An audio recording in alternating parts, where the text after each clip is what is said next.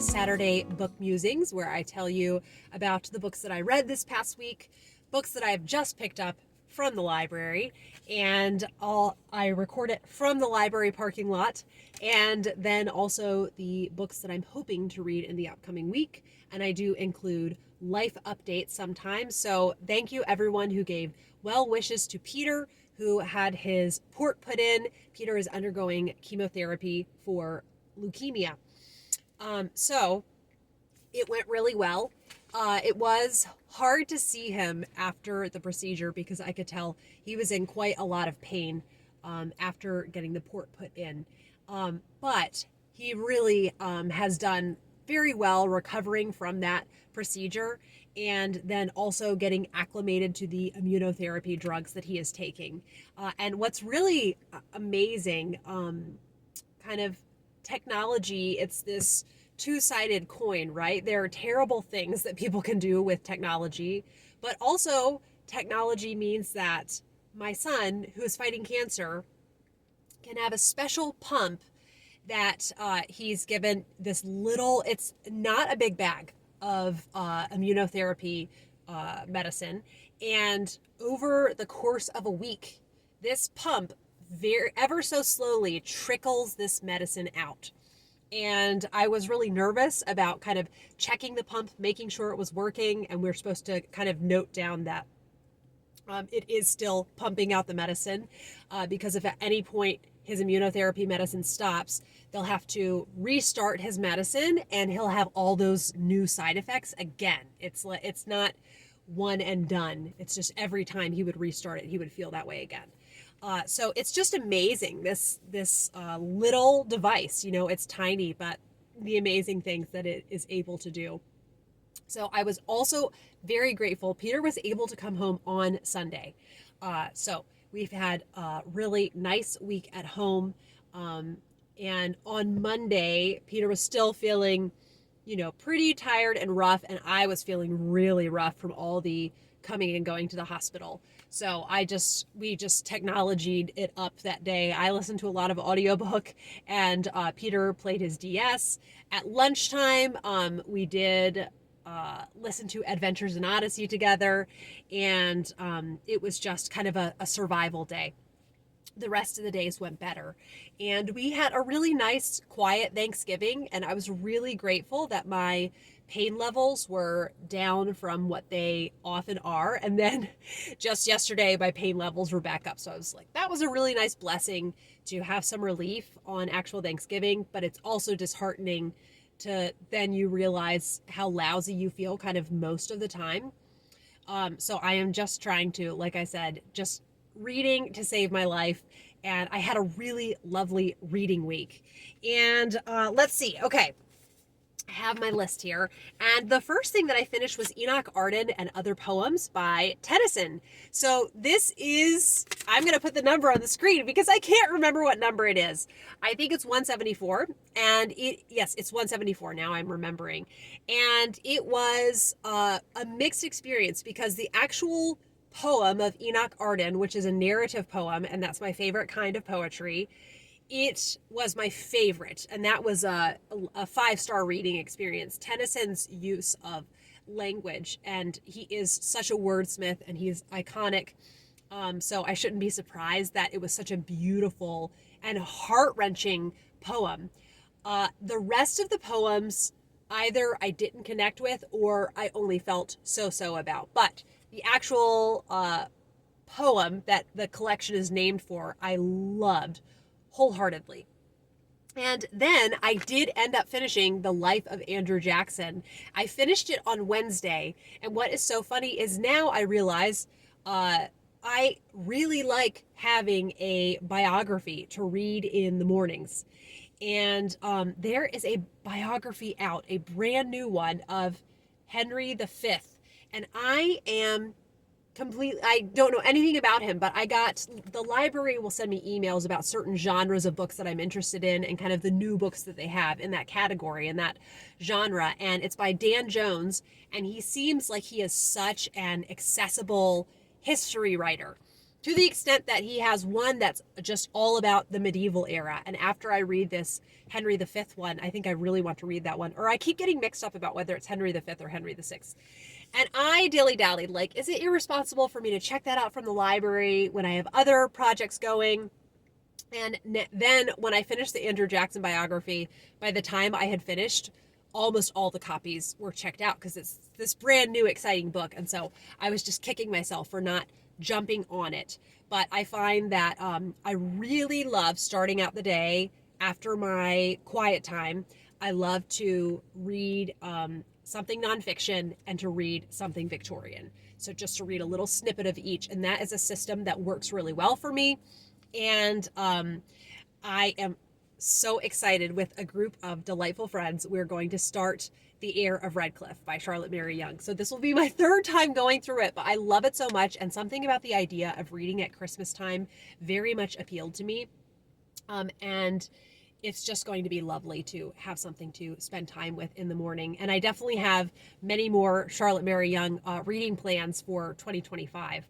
So that, Charlotte Mary Yonge, starting out the day with her, it won't go anywhere. And I'm really hoping that I'll have some new favorites from her because unfortunately it ends up that she is hit or miss for me.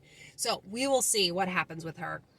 But anyhow, looping back to the life of Andrew Jackson, I ended up disliking him a lot less than I thought I would. So I think that basically the big boo-boo that happened with him was the Trail of Tears. And anytime you have a new government program, there are going to be huge hiccups, right? So the National Bank, that was a whole contentious topic in this. And there were many different opinions about whether there should even be a national bank. That was really interesting to me. With the Trail of Tears, he had this government program. He basically decided that we cannot peacefully coexist. So we need to just live in separate parts of the country.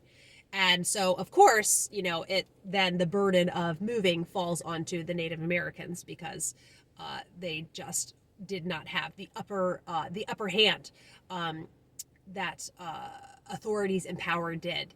And so it's this very half-baked idea of having everyone leave, and just so many people died because it was poorly planned out and just an abuse of power. And so there is that, big glaring flaw. But I think what people forget is that it was kind of a universally loved plan by all the settlers in the land. They all thought it was great. Like, this is such a great solution. And I think Andrew Jackson, he basically thought the entire Native American population would die if they were continuing to live as they did. But so people I think that's the big thing they think of him from, but people are complex. So I will say that I thought it was amazing. He came out of office with zero debt. We didn't owe any money to anyone. And that is a really, really big deal.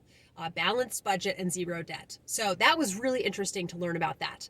I will say that Robert Remini, the choices that he made of what he kind of spent a lot of time on, I wish he had made some different choices. So for instance, there was a pretty lengthy chapter about the evolutions of the architecture within the White House. Some of it was interesting to me. For instance, somebody sent in Andrew Jackson a 1,400-pound cheddar cheese replica of himself. And it stayed in the Oval Office for a couple of years. And eventually they just had like a cheese party and finished off the cheese replica. But it would mention things like his son getting married and this daughter-in-law that was close with Andrew Jackson and helped take care of him in his old age.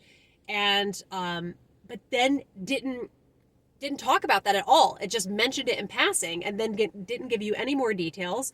And at one point it mentions his grandchildren coming to visit him. And I thought, when did he have grandchildren? So when someone is writing, I'm realizing kind of my preferences. When someone is writing a presidential biography, yes, their time in office is significant. That's what, that's why I know about them. And I do want to hear kind of the decisions they made and the policies that they had, but I also really think that this is a biography of a person, and I want a holistic look at them. And so it just didn't take enough of a look at his personal life and his son, who was named after him. He was a foster son, and then he adopted him, and he died really tragically, and I felt like I just didn't know that son at all. Like, I just heard about him dying. So it was and some of the really detailed chapters about I'm trying to think, different, like whether Texas should come into the Union, the nullification crisis. That was really interesting. Actually, there were parts of that were very interesting. South Carolina was ready to secede in the 1830s. So this is, decades before the Civil War. And Andrew Jackson would not have it. He's like, the right to secede, that has passed. That is not the time that we're in now. And what's really interesting is Lincoln, in some of his Civil War era speeches, used Andrew Jackson quotes. And so nobody really talks about that. So that was very interesting to me, that he was really complex and nuanced in his views of kind of overarching power of the government and states' rights. So he was very much, he would say the states had rights to pass individual laws and things, but he didn't think they had the right to secede. So he was a lot more complicated than I was expecting him to be. And it is really always very sobering to complete a biography because memento mori, it doesn't matter how much of a titan someone is. At the end of the day, they are mortal. And I just am so enjoying this project. So I do want to take a detour for this Henry V, and then I will jump right into Martin Van Buren. And what is so interesting is reading Enoch Arden and then finishing the Life of Andrew Jackson. There was a reference in the Life of Andrew Jackson to a Shakespeare quote that has "taken at the flood" in it. And I did not know that was a Shakespeare reference until I saw it quoted actually there, because at the same time I was wanting to read the next Poirot book in my read through of the series, which is Taken at the Flood. And in Taken at the Flood, there's a character who goes by Enoch Arden. So that was so interesting to me, the collision of those things. Taken at the Flood, I have some strong feelings. This is one of those books that it was pretty much a middling Poirot. There wasn't anything I very much disliked. There wasn't anything that I very much loved. The pacing was a little bit clunky and weird. It starts at the middle, and then it goes back to the beginning, and then you're at the middle, and then you see how everything unfolds. And then there is this terrible, terrible epilogue. I gave this book 1 star. I think this is the first book on Good. I really don't rate books 1 star on Goodreads. 2 if I'm feeling salty. And there's a few books. And this, I could not believe the epilogue. It turned the way I viewed this one character completely on its head, and a character that I had been sympathizing with just completely upside down. If you have read Taken at the Flood, you will know of what I speak. I could not believe how annoyed I was. And Agatha Christie is one of those authors that I feel safe with. Not that I will necessarily love all of her books, but that I will feel like, okay, I can trust kind of the moral fiber of the book, and this just changed everything. So that was such a downer.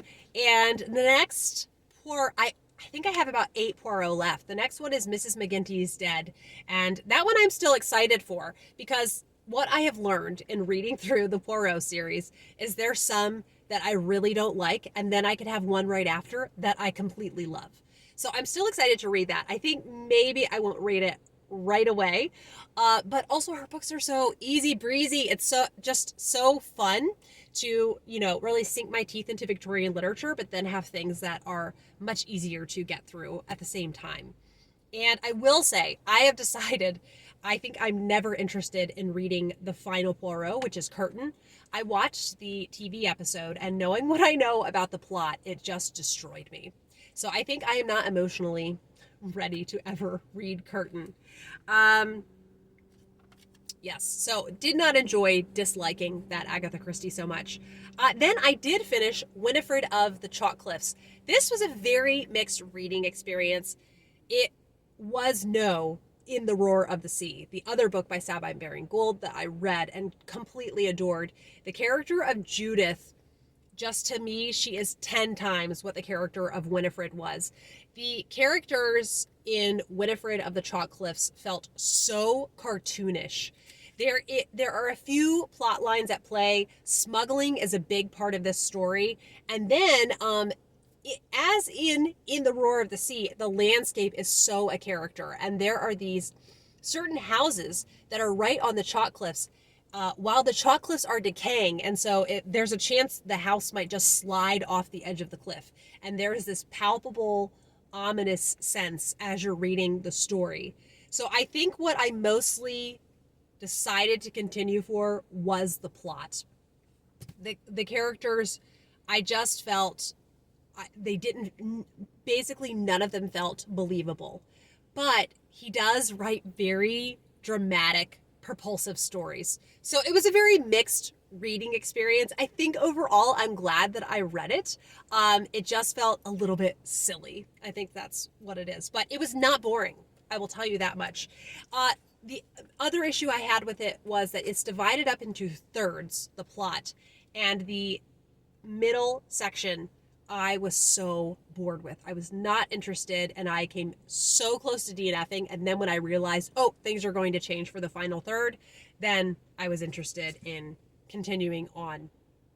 I did also finish Rilla of Ingleside.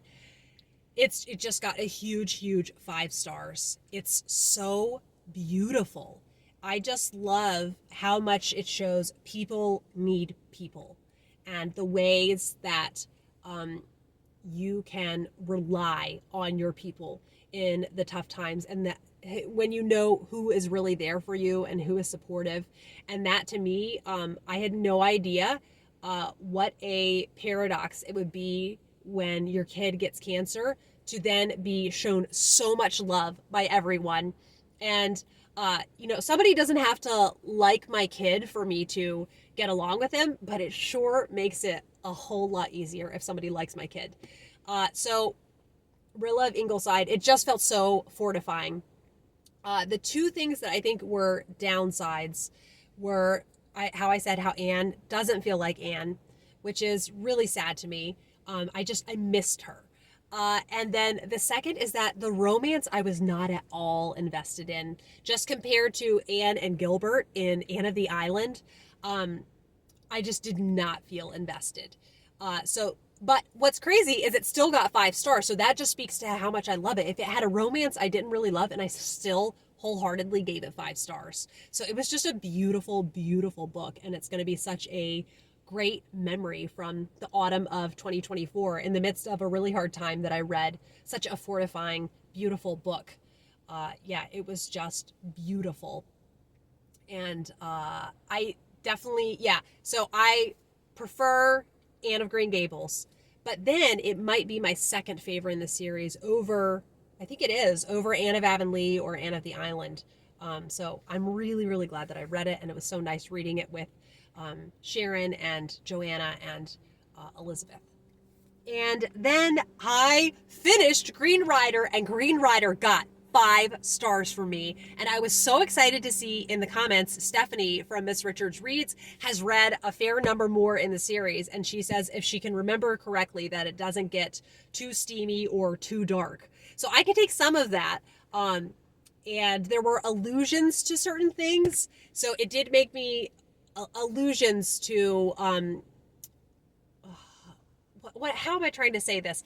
Like, it seemed like it could be possible there would be really steamy things happening later on, but then when Stephanie says she doesn't really remember it getting that way, so there was a little bit mentioned in here that was totally at my comfort level. There were allusions to things happening, but nothing explicit. So if it stays that level, I am beyond excited about this series. I just found it to be so interesting. I could not stop reading it. And the character of Kerrigan, it's interesting because several people have said, like, she's not a Mary Sue, but they don't think she's necessarily the most interesting of characters. And I think I kind of agree with that. I'm still rooting for her, but I'm not utterly fascinated by her. But the whole world and everything, I love it. So I'm very excited to continue with the Green Rider series. It just was so much fun, and it was exactly what I was hoping it was going to be. Now, what I don't like is I went on Kristen Britton's website and it said, you know, when is the series going to end? And she says, well, that'll be kind of, it's up to the story. So that's no definite answer at all. She doesn't seem at all bothered that she doesn't know. But I do have 6 more books to get through. And then there are a couple novellas that are, you get to see some backstory on some characters. Those don't interest me as much, but if I get desperate enough, I could see myself tiding myself over with them. Now, I think the last book was published maybe 4 years ago, and it seems like around every 5 years she publishes the next one. It would be really cool if I was caught up by the time the next one came out.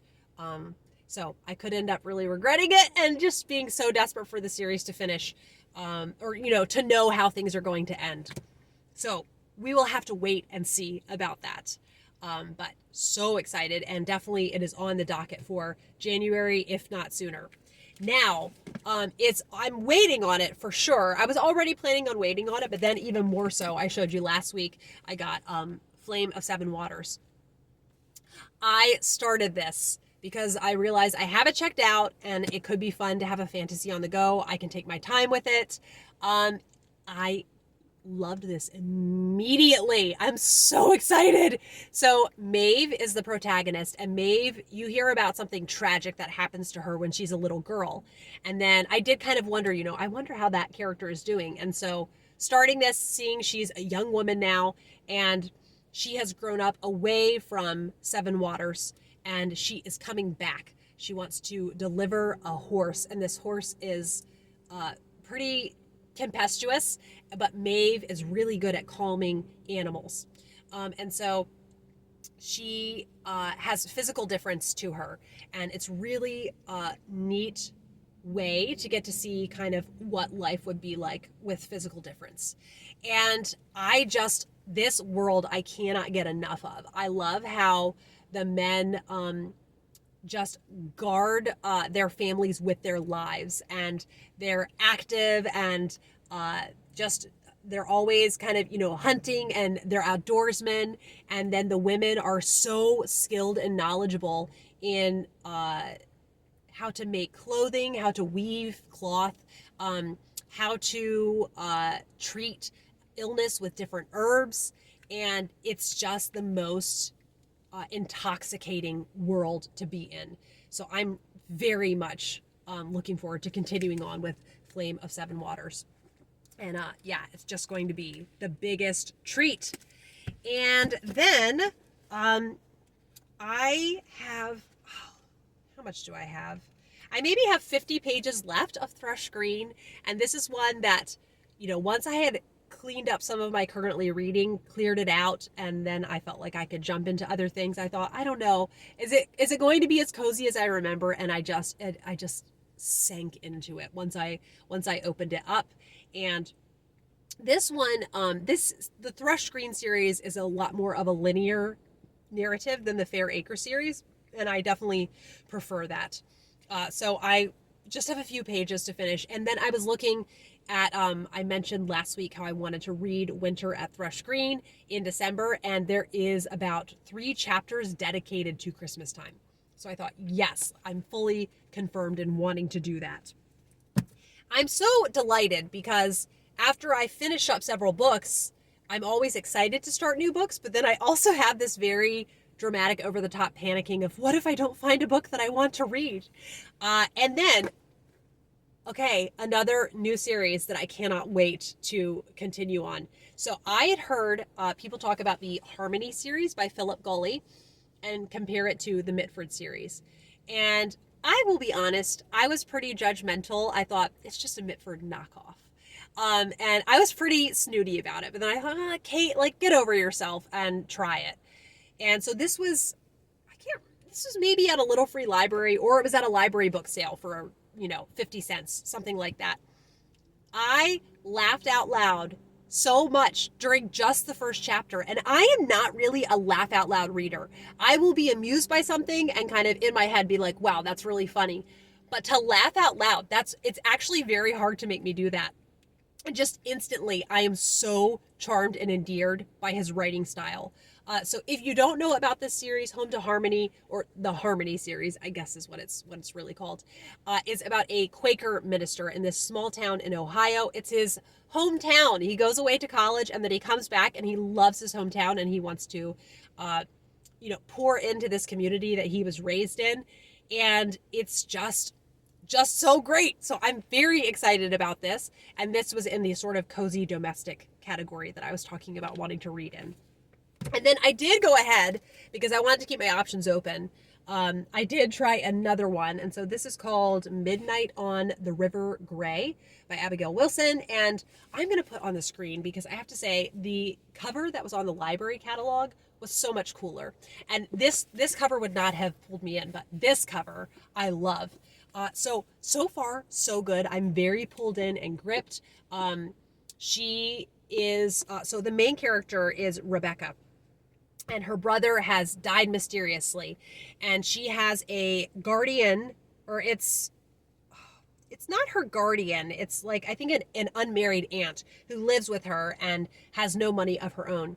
And she finds out that the house that she has been living in is being sold. And her guardian is Mr. Lewis. And he is about, I think, 10 years older than her. And she believes that he is responsible for her brother's murder. She just adamantly believes it. I don't know if she has any proof of that, but basically he shows up and he's like, the house is being sold and you need to come back with me to Greybourne Hall. And he's like, I'll find arrangements for you soon.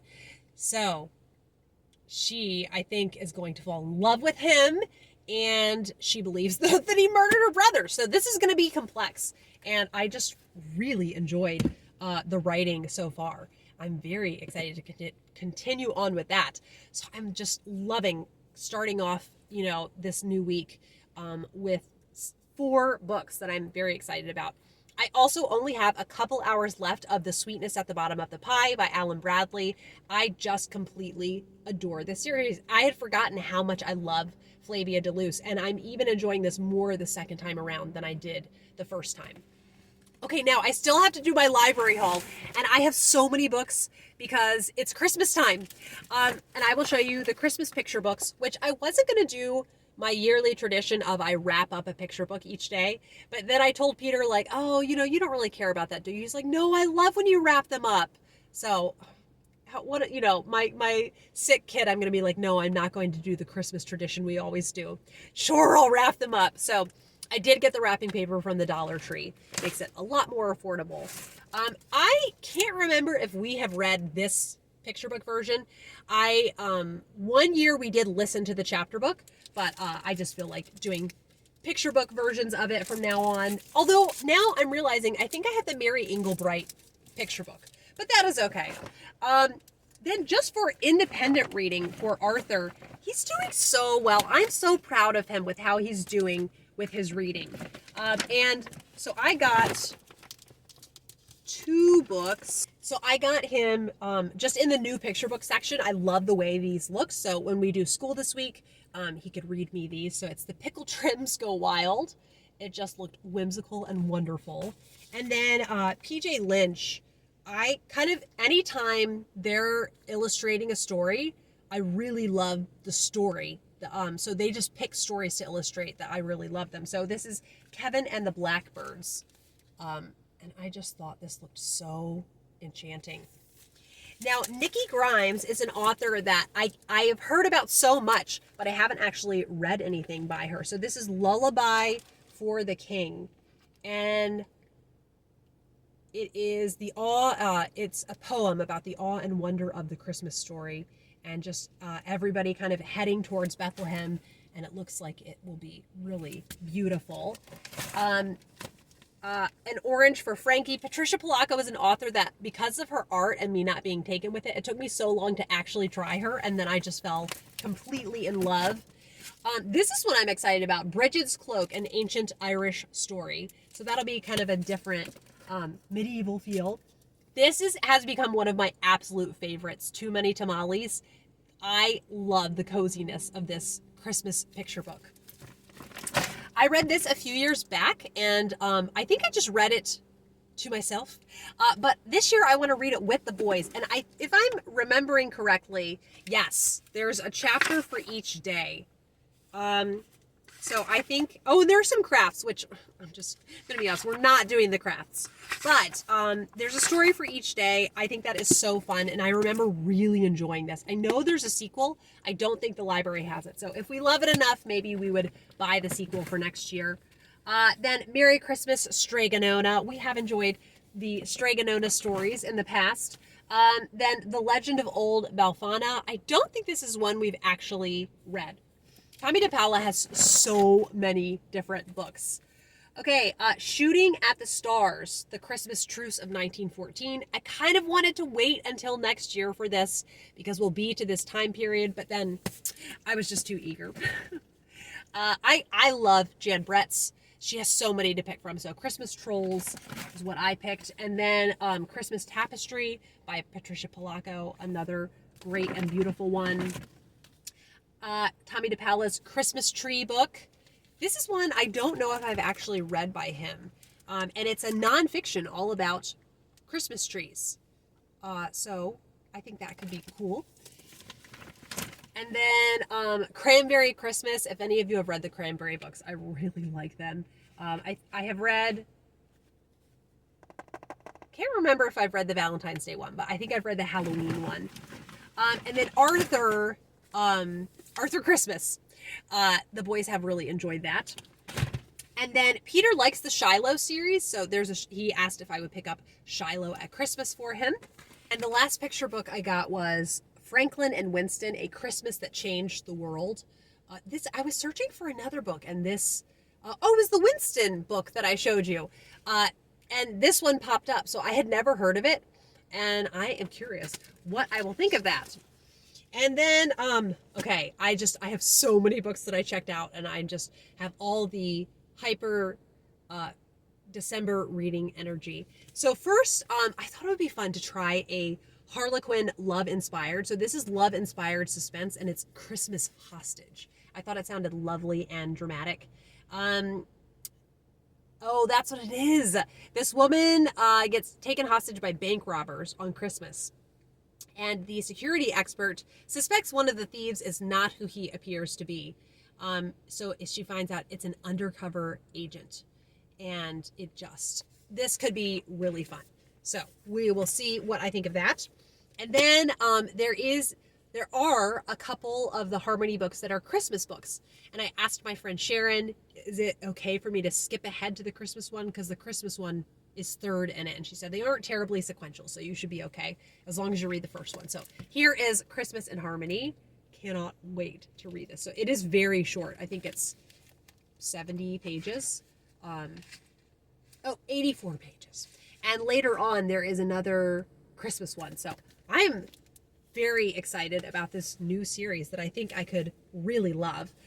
Scones and Scoundrels by Molly McRae. This is the second in the Highland Bookshop mystery series.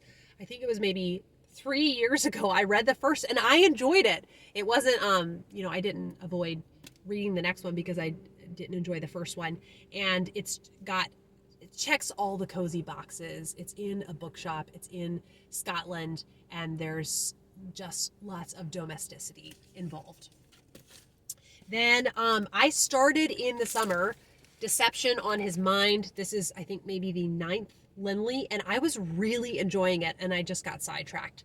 So I felt like diving back into this. This one is so fascinating, and I am always left guessing who done it. And in this one, there is a lot of tension in this small community because it is a Muslim member of this small British community who is murdered. And so then there's just a lot of kind of politics at play. And Barbara Havers has to sift through the muck and the mire to figure it out. So just talking about it, I'm really excited to get back into this one. I think I will also get the Kindle copy back out, also because I was reading the Kindle copy, and so I need to know where I was actually in the book. Yeah, this was excellent. So just talking about it makes me very excited about it. I did get the next in the Lady Darby mysteries, A Brush with Shadows. These are set kind of after the Regency, before the Victorian era. I think eventually they'll be in the Victorian era. And she's newly married in this, and her new husband, he has a lot of complicated feelings about his relationship with his father, and so she's going to get to know his father in this. Does it tell the year that this one is? 1831. So there we have it. I really like this, and she is a painter, so I find that an interesting aspect to have of her character. And then I did look around on the library website for different British library crime classics that they had. I am very hit or miss with Golden Age crime, but when I love it, I really, really love it. So I got Death of a Bookseller. I mean, come on, it's very bookish. It's a biblio mystery. So he sells rare books, and there is is it a stolen book? Oh no, okay. The owner is found murdered in his library. And then the Hogsback mystery. There's a really small town, and somebody is murdered in this very insular town in the North Downs in beautiful Surrey. So we will see what happens. And then I got the next Inspector Brunetti mystery, Willful Behavior. The Brunetti mysteries, for me, I love her writing so much. I'm usually not that interested in the crime. If the crime involves government corruption or drug trafficking, I don't know what it is. I just immediately, my eyes glaze over. But I love her writing, and I love the character of Brunetti and his wife and his children. So that is why I keep reading. We will see what I end up thinking of the plot of this one. Now, talking about Ladyhawke and Googling movies like Ladyhawke, Legend is one that kept popping up, and it has a very young Tom Cruise. So, and look at this. There is a unicorn. There is a unicorn. We will see what I think of this. And then a holiday romance, Royal Holiday. And this is an older couple that meet and fall in love, which I thought seemed really sweet. The Most Wonderful Crime of the Year, which that title kills me. So this is supposed to be kind of like Knives Out meets The Holiday. And I thought, you know what? Why not? I don't have to pay a dime to try the library copy of it.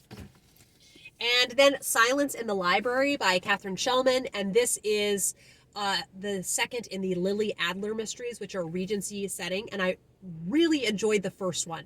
So I read that years ago. And now I think there's 4 total in the series. So I'm not all that behind. I got the next Lady Emily mystery. This is A Crimson Warning. And a lot of these, Lady Emily is traveling around, but in this one, she is back in London with her husband. So we'll see what ends up happening. It's set in the Victorian era, and they are just such page turners, and it's been a while since I've read that. And then lastly, a sweet middle grade set at Christmas time, Let It Glow. Marissa Meyer is one of the 2 authors, and I love the Lunar Chronicles. So swapping homes for the holidays, what could possibly go wrong? So we'll see what happens in this lovely little book. Okay, that is all of the books that I hauled. It's just so exciting to go to the library on days that I have all those books waiting for me. And I am so looking forward to curling up with some more good books. And I did want to take a minute to say that if you were at all considering joining my Patreon, we do have some really fun things coming up. At the end of December, on December 28th, we're going to discuss Christmas at Thompson Hall and Other Stories by Anthony Trollope. And I think it's going to be so much fun. And I'm just really looking forward to that. And it's a really lovely Christmas short story. So it doesn't take a lot of your time. And then we're switching things up. And over the course of January and February, we are going to be reading Orley Farm. And Orley Farm is really long. So that's why we're doing it over 2 months. And it's by Anthony Trollope, another Anthony Trollope. And I just hear so many wonderful things about it. And I am excited to sink into a really lengthy Victorian novel. And then in the month of March, we're going to be reading, I'm doing a Kindred Spirits read for that time. So taking a month off of Victorian, and we're going to be reading Bee and the New Deal Horse by L.M. Eliot, which is this really heartfelt historical fiction. That's a middle grade, so perfect for middle grade March. And it's just, I fell completely in love with it last year, and I'm excited to reread it and see what other friends think of it. And then April, we're going to vote for another Victorian book. So we'll see what the poll ends up saying for that. And thank you, as always, for watching. And I hope that you have some beautiful books that you get to spend some time in this week.